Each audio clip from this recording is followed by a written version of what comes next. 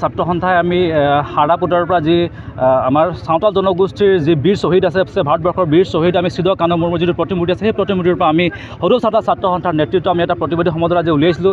তাৰে প্ৰথম আমি সমদল উলিয়াই আজি আমি ইয়াতে গোসাইঘাট টাউনত উপস্থিত হৈ চাওতাল জনগোষ্ঠীৰ যিখিনি দাবী দাবা আছিলে সেইখিনি আমি প্ৰতিবাদ আমি সাব্যস্ত কৰিছোঁ।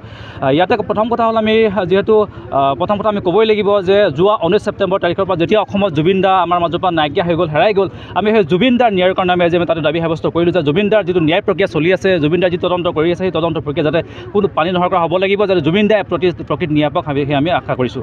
দ্বিতীয় কথা হ'ল আমি সদৌ ছাত্ৰ সন্থাই আমি অসমত বসবাস কৰা চাওতাল জনগোষ্ঠীখিনি আজি তাৰিখত আমি জনজাতিকৰণ ডিমাণ্ড দি আছোঁ এইটো কাৰণে যে আমি ভাৰতবৰ্ষৰ যদি চাবলৈ যাওঁ ভাৰতবৰ্ষৰ চাওতাল জনজাতিসকল হৈছে চাওতাল জনগোষ্ঠীসকল হৈছে মূল বাসিন্দা। সেই চাওতাল জনগোষ্ঠীসকল আজি তাৰিখত অসমত বসবাস কৰা চাওতাল জনগোষ্ঠী আজি জনজাতিকৰণৰ পৰা মৌলিক অধিকাৰৰ পৰা আজি বঞ্চিত। আমি চাওতাল ছাত্ৰ সন্থাই আজি আচৰিত হওঁ যে অসম চৰকাৰে আজি চাওতাল জনগোষ্ঠী কিয় প্ৰতাৰণা কৰি আছে। আমি অসম চৰকাৰ আজি এই মঞ্চৰ পৰা আমি প্ৰশ্ন সুধিব বিচাৰিছোঁ যে অসমত বসবাস কৰা চাওতাল জনগোষ্ঠীৰ কাৰণে কিহৰ কাৰণে আপোনালোকে জনজাতিকৰণ দিয়া নাই।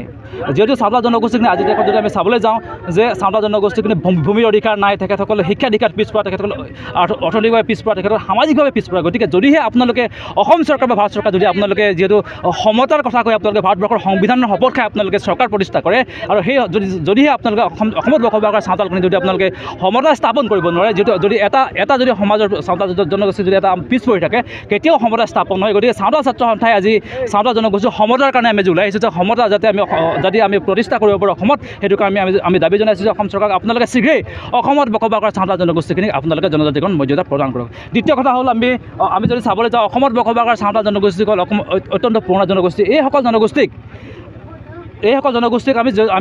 আমি দেখিবলৈ পাইছোঁ যে চৰকাৰে বিভিন্ন ধৰণে চলে বলে কৌশলে এই জনগোষ্ঠীখিনিক আজি জনজাতিকৰণ চাহ জনগোষ্ঠী হিচাপে চিনাক্তকৰণ কৰিছে।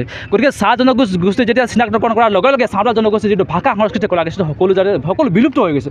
গতিকে এই ধৰণৰ কলা কৌশল অৱলম্বন কৰি চাওতাল জনগোষ্ঠীক যাতে জনজাতিকৰণৰ পৰা তেখেতসকলে বঞ্চিত নকৰে আমি অসম চৰকাৰক সকীয়াই দিছোঁ। আৰু যিসকল মঞ্চই আজি চাওতালখিনিক চাহ জনগোষ্ঠীৰ মঞ্চত আগুৰি ধৰে তেখেতসকলক আমি সকীয়াই দিছোঁ। আপোনালোকে চাওতালসকলৰ নিজস্ব ভাষা সংস্কৃতি কলা কৃষ্টি আপোনালোকে তেখেতসকলক জীয়াই থাকিবৰ কাৰণে চাওতাল হিচাপে জীয়াই থাকিবৰ কাৰণে আপোনালোকে তেখেতসকলক অধিকাৰ দিব লাগিব, আপোনালোকে মৰ্যাদা দিব লাগিব, আপোনালোকে তেখেতসকলক স্বাধীনভাৱে জীয়াই থাকিবলৈ দিব লাগিব।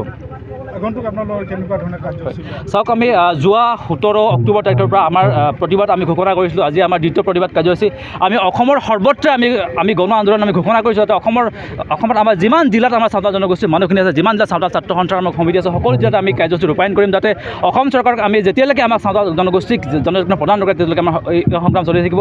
আৰু আমি অসম চৰকাৰক আহ্বান জনাইছোঁ আপুনি শীঘ্ৰেই অসমত বসবাস কৰা চাওতালসকলক আপুনি চিনাক্ত কৰি যিহেতু চিনাক্ত কৰি তেখেতসকলক আপোনালোকে জানে তেখেতসকলে একো নাই, যদি আপোনালোকে দিব বিচাৰে চাওতাল জনগোষ্ঠী জীয়াই ৰাখিব বিচাৰে আপোনালোকে চিধা কথা তেখেতসকলক জনজাতিকৰণ মৰ্যাদা প্ৰদান কৰক, নহ'লে অনাগত দিনত চাওতাল ছাত্ৰ সন্থাই কিন্তু ইয়াৰ উচিত প্ৰত্যুত্তৰ দিবলৈ সাজু আছে।